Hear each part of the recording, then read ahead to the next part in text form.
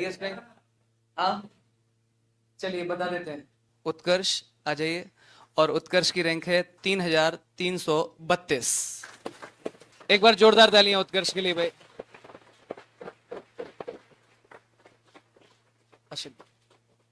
उत्कर्ष कौन है साथ में? ताऊ जी, मम्मा, कौन कौन है? मम्मी जी हैं, ताऊ हैं, अच्छा जोरदार तालियां भैया। ये जो रिजल्ट आपको दिखाई दे रहे हैं, इनके सभी के रिजल्ट में एक बहुत महत्वपूर्ण भूमिका मैथ्स डिपार्टमेंट में सत्यांश ने निभाई है।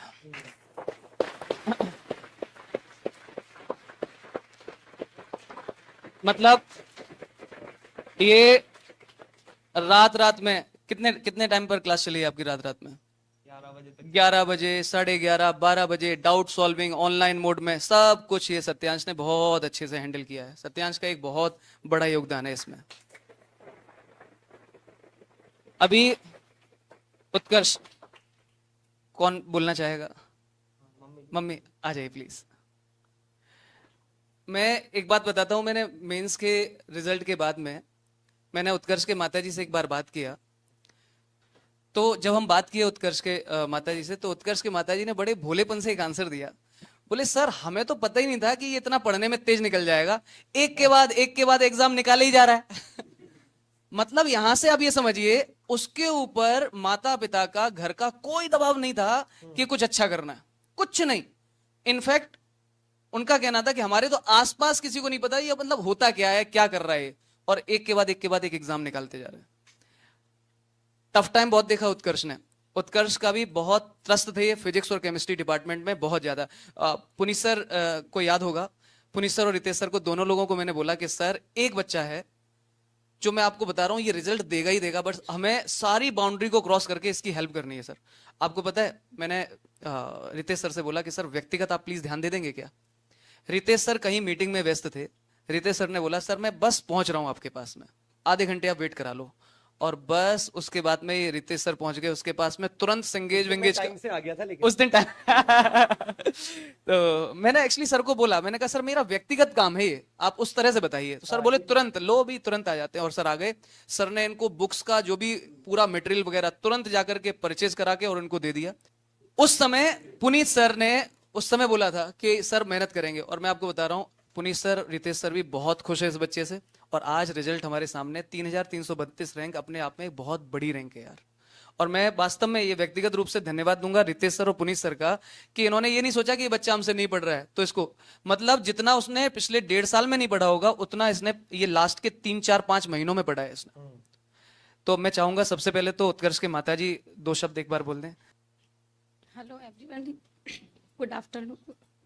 मैं कहना चाहूँगी कि यहाँ पर जितने भी टीचर हैं, पहले तो मैं उन सभी टीचरों का धन्यवाद देना चाहूँगी, स्पेशली सत्यांश सर और मैथ वाले सर, देव सर, जिन्होंने रात को 12 बजे 1 बजे तक बच्चों को बहुत टाइम दिया।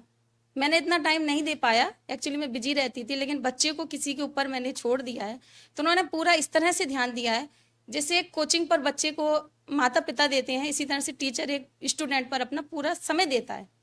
वो समय निकालना जो अपना ओवर टाइम होता है सर का, पूरे दिन कोचिंग पढ़ाना, उसके बाद में थकावट के बाद उन्होंने रेस्ट ना करके एक बच्चे पर इतना ध्यान देना, ये बहुत बड़ी बात होती है अपने आप में। और जैसा कि सर ने बोला कि यहाँ पर उसने कोचिंग तो नहीं की थी, लेकिन सर के कहने से उन्होंने, रितेश सर ने फिजिक्स में पढ़ाया, मैं उनका भी तहे दिल से धन्यवाद दूंगी। मैं एक बात उत्कर्ष के बारे में कहना चाहता हूं। मतलब एक वो बच्चा होता है आता बहुत है लेकिन एग्जाम में परफॉर्म नहीं कर पा रहा। उत्कर्ष उनमें से है जिसको जितना आता है उससे मैक्सिमम निचोड़ के ले आएगा। तो हमें उत्कर्ष से सीखना, एक तो फोकस, एक दूसरा ज्ञान जहां से मिले लपेट लो।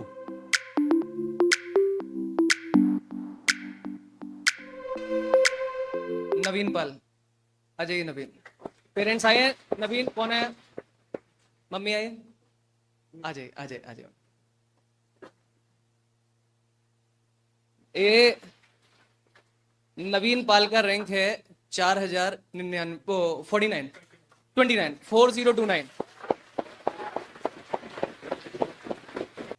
मैं चाहूंगा आप ही बच्चे का एक बार सम्मान करें। आप स्वयं माताजी के हाथों सम्मान करिए भाई।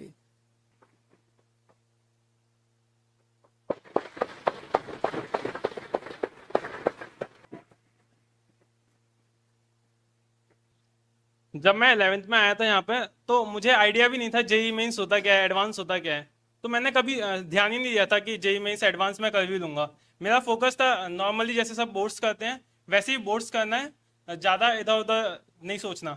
लेकिन जब देखा कि हम कुछ कर सकते हैं, हमारे जैसे लोग कर रहे हैं और सर ने भी थोड़ा गाइडेंस दिया, तो जेई मेंस करने में ट्राई कर लेते हैं, जब सब ट्राई कर सकते हैं तो हम क्यों नहीं।